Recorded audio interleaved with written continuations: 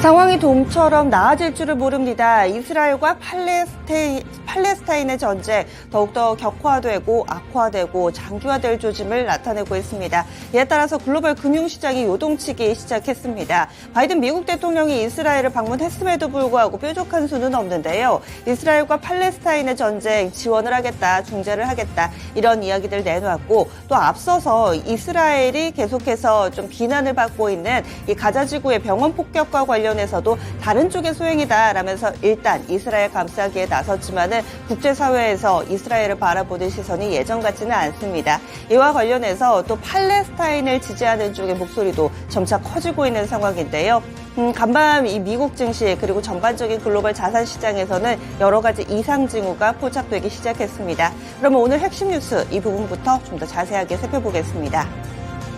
첫 번째 소식입니다. 일단은 뉴욕 증시 마감 상황부터 볼 텐데요. 3대 지수가 비교적 큰 폭으로 하락하는 모습을 보여줬습니다. 미 증시에서 주목했던 바는 바로 4가지로 압축해 볼 수 있습니다. 중동 리스크, 실적, 국제 유가 있고요. 그리고 또 국채 금리도 있습니다. 그 밖에 또 꼽아보자면은 연준 위원들의 발언까지 묶어볼 수 있을 텐데 이렇게 굵직굵직한 변수들이 계속해서 등장하고 있습니다. 먼저 중동 쪽의 리스크부터 보겠습니다. 가자지구 병원 폭발로 인해서 상황이 더욱더 악화되고 있는 모습입니다. 바이든 미국 대통령이 방문하게 되면은 이것이 뭔가 큰 전환점을 맞이하지 않을까라는 기대가 있었는데요. 기대보다는 뚜렷하게 이와 관련해서 후속 조치가 나오지는 않고 있는 상황입니다. 그래서 중동 리스크도 조금 더 부정적인 요인으로 흘러가고 있고요. 다음으로는 실적입니다. 실적 발표, 대체적으로 발표한 기업들 별로 좋지가 않습니다. 대표적으로 항공주들이 있는데요. 항공주들 부진한 실적으로 인해서 유나이티드 항공이 9%,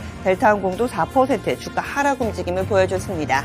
연준 위원들의 발언도 몇 가지 보겠습니다. 크리스토퍼 월러 이사는요, 이 금리 결정 전에 여러 가지 사항을 지켜봐야 한다라면서 다소 신중한 입장으로 선회했습니다. 그리고 패트릭 하커 필라델피아 연은 총재는 당초에도 원래 비둘기파로 좀 분류가 되기도 하는데요. 이번에도 한동안 금리를 동결해야 한다라면서 동결론에 조금 더 무게가 실리고 있는 상황입니다. 종목별로 보자면은요, 또 전기차 관련된 종목군들이 무더기 급락했습니다.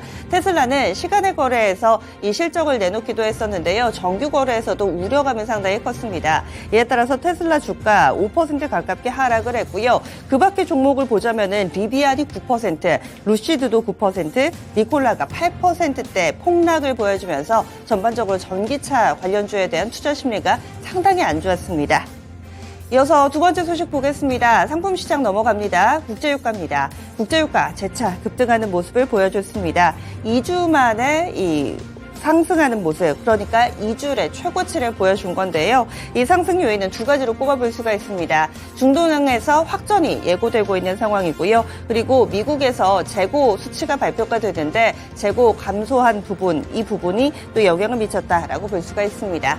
WTI 기준으로 봤을 때 간밤에 2% 가깝게 올랐습니다. 1.92% 상승하면서 배럴당 88.32달러에 거래를 마쳤고요. 지난 10월 3일 이후에 최고치를 나타내고 있습니다. 현재 차트 보고 계시는데요. 다시금 직전 고점을 향해서 달려가고 있습니다. 여기에 긴 양봉을 뽑았던 날이 기억이 나실 겁니다. 그리고 나서 재차 좀 제자를 찾아가는 듯 했는데 다시금 상승하는 기조 간밤에 나타났었고요. 이렇게 되면서 다시금 90달러 선 눈앞에 와 있는 모습입니다. 이 재료 두 가지로 볼 수 있다라고 말씀을 드렸는데요. 앞서서 가자 지구에 있는 병원 폭격이 현재 이스라엘과 팔레스타인의 전쟁에 있어서 상당히 큰 의미를 갖고 있습니다. 이번에 이란이 이와 관련해서 참전을 하느냐 마느냐가 상당히 중요한 포인트인데 슬슬 이란이 움직이기 시작했다. 여기에 의미가 있을 텐데요. 이란이 어떤 이야기를 했냐면은 석유 금수 조치를 주장을 했습니다. 이슬람 국가를 결집하고 있는 상황인데요. 이슬람 국가의 국제기구인 이슬람협력기구 회원국은 이스라엘을 제재하고 석유 판매를 금지해야 한다라고 촉구를 했습니다. 거기에다가 이스라엘 대사를 수방해야 한다라는 주장까지 내놨는데요.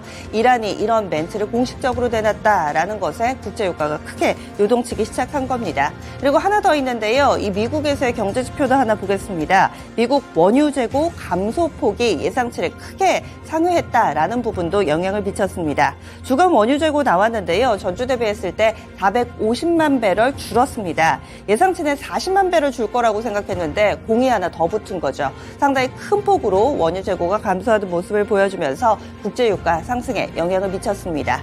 그러면 유가 관련된 종목군들 보겠습니다. 어제도 장 초반에는 다소 꺾이는 듯 하다가 오후장에서 급등 시세 재차냈었는데요. 오늘장까지도 상승 움직임 이어질지 체크 필요해 보입니다.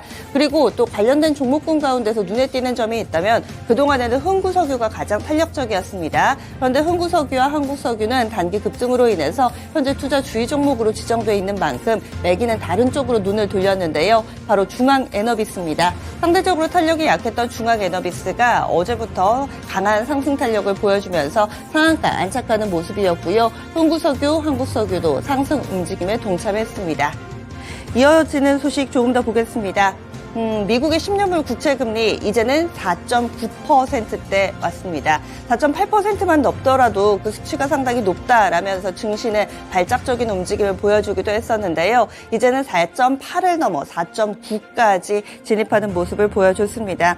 10년물 국채금리 같은 경우는 앞서서 미국의 소매 판매가 발표가 됐었는데요. 여기에 따른 영향이다라고 해석되고 있습니다. 물론 전체적으로 안전자산 선호 심리가 커지는 부분도 있고요. 거기에다가 이 미국에서 발표된 소매 판매 이 부분이 예상보다 미국의 소매 판매가 좀 원활하게 이루어지고 있다. 이 부분이 금리 인상을 야기시키는 요인으로 해석이 됩니다. 이에 따라 10년물 국채금리가 또다시 오름세를 보여준 건데요. 미국 동부시간 기준으로 오전 3시쯤 봤을 때 4.91%까지 오르는 모습을 나타냈답니다. 이런 영향으로 인해서 국채금리가 다시금 또 고점을 높였다. 2007년 이후에 처음으로 이 4.9%대에 진입했다라는 데 시장은 주목하고 있습니다. 보시면은요, 지금 10년물 국채금리 4.9%대 초반대 움직임을 보여주고 있습니다. 그리고 이 상당히 긴 차트인데요. 보시면 2020년대 저점을 찍고 이후에 꾸준히 오르는 모습이고요. 올해 들어서 가파른 상승 탄력을 보여주고 있다라는 데 의미가 있습니다. 지난 2007년까지 쭉 이렇게 점선을 따라가 보시면은 맞닿는 곳이 2007년이거든요. 그때 수준까지 좀 올라와 있다라는 점 확인해 볼 수가 있습니다. 다음으로는 시간의 거래에서 움직임도 보겠습니다. 미증시 눈을 뗄 수가 없네요. 장 마치고 나서도 계속해서 우리에게 숙제 같은 이런 뉴스들이 전해지고 있습니다. 대표적인 이 기술주 넷플릭스와 테슬라 두 기업이 실적을 내놨는데요. 희비가 뚜렷하게 엇갈리고 있습니다. 넷플릭스는 급등, 테슬라는 하락. 이렇게 해서 이 두 종목의 움직임이 엇갈리고 있습니다. 먼저 좋은 쪽부터 보겠습니다. 넷플릭스입니다.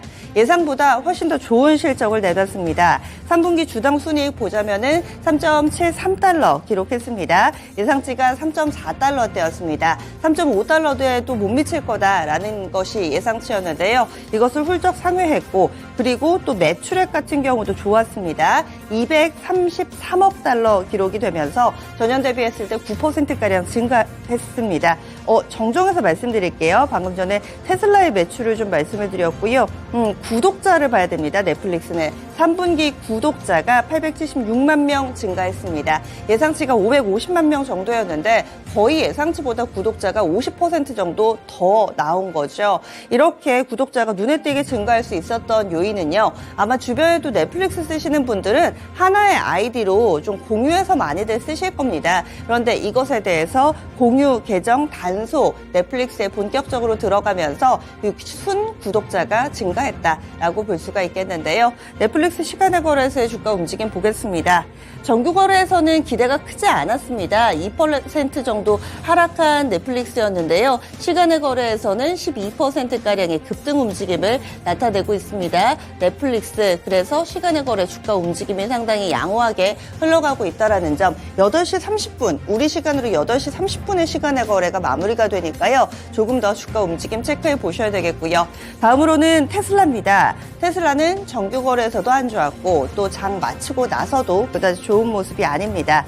보자면 매출액이 233억 달러입니다. 전년 대비 9%가량 증가했지만 예상치 240억 달러를 하회하는 흐름을 보여줬고요. 조정 주당 순이익도 66센트밖에 안 나왔습니다. 예상치가 73센트였는데 역시나 이것을 하회하는 수치로 나오게 된 거죠. 그리고 영업이익률도 많이 줄었습니다. 7%대밖에 안 됩니다. 이 전분기에는 17%였는데요. 영업이익률이 눈에 띄게 낮아진 모습, 마진이 그만큼 줄어든 거죠. 이유는 중국 등 주요 국가에서 공격적인 가격 인하 정책을 펼쳐서 이 매출은 어느 정도 예상치와 비슷하게 기록을 했다지만 마진율이 너무 많이 낮아졌습니다. 이 부분이 약점으로 꼽히면서 앞으로의 주가에도 먹구름이 끼어있는 상황인데요. 테슬라 보겠습니다. 테슬라 현재 시간의 거래에서 한 3% 정도의 약세 움직임 보여주고 있습니다. 그래서 오늘 국내 증시에는 이와 관련해서 어떤 영향을 받을지 체크 필요해 보이는데요. 먼저 넷플릭스 움직임에 영향을 받을 수 있는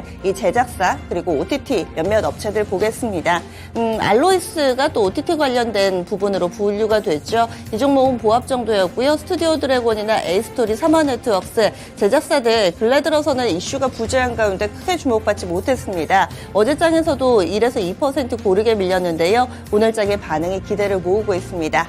다음으로는 이 테슬라에 영향을 받을 만한 2차전지, 전기차 관련된 종목군들 보겠습니다. 이쪽으로는 어렵습니다. 어제는 종목별로 힙이 다소 엇갈렸는데요. 오늘장의 반응 우려를 낳고 있습니다. 마지막으로는 국내 소식 하나 보겠습니다. 오늘부터 본격적으로 법안이 하나 시행이 되는데요. 바로 모빌리티 혁신법, 모빌리티 혁신 및 활성화 지원에 관한 법률이 오늘부터 시행이 됩니다. 이것이 시행되게 되면은 모빌리티 관련해서 규제가 풀리면서 조금 더 우리 일상생활에 바짝 이 기술을 적용할 수 있게 됩니다. 대표적으로는 심야 자율주행 버스라든지 자율주차 로봇 등이 여기에 해당되는데요. 여기에 관련해서 그동안 법안에 발목이 묶여서 진행하지 못했던 사업들이 있는 기업들은 이제 규제 샌드박스에 대해서 신청을 또 할 수 있게 됩니다. 국토부 그리고 교통안전공단 홈페이지에서 이 샌드박스 신청을 할 수가 있게 되고요. 오늘부터 접수에 들어가 본격적으로 규제가 완화되면 UAM을 비롯해서 여러 가지 모빌리티 사업이 조금 더 속도를 낼 것으로 기대를 받고 있습니다. 그리고 하나 더 있습니다. 일정상으로도 이 모빌리티 관련해서 종목을 주목해봐야 되는 이유가 있는데요. 바로 오늘부터 오는 21일까지 대구 지역에서 국제 미래 모빌리티 엑스포가 열립니다. 이 두 가지 모멘텀 모두 다 받을 수 있을 종목군 정리해보겠습니다. 모빌리티 관련된 종목군들인데요. 어제도 모바일 어플라이언스는 주가 좋았죠. 4% 정도의 오름세 보여줬고요. 퓨런티어, 라닉스, 모트렉스, 팅크웨어 등의 종목군들이 있습니다. 어제 다소 주가 힙이 엇갈렸는데요. 오늘은 호재 요인이 2개나 있는 만큼 주가 기대를 모으고 있습니다. 오늘 장중에 움직임 체크해 보시기 바랄게요. 지금까지 핵심 뉴스 살펴봤습니다. 오늘도 개장은 증권통과 함께 하시죠.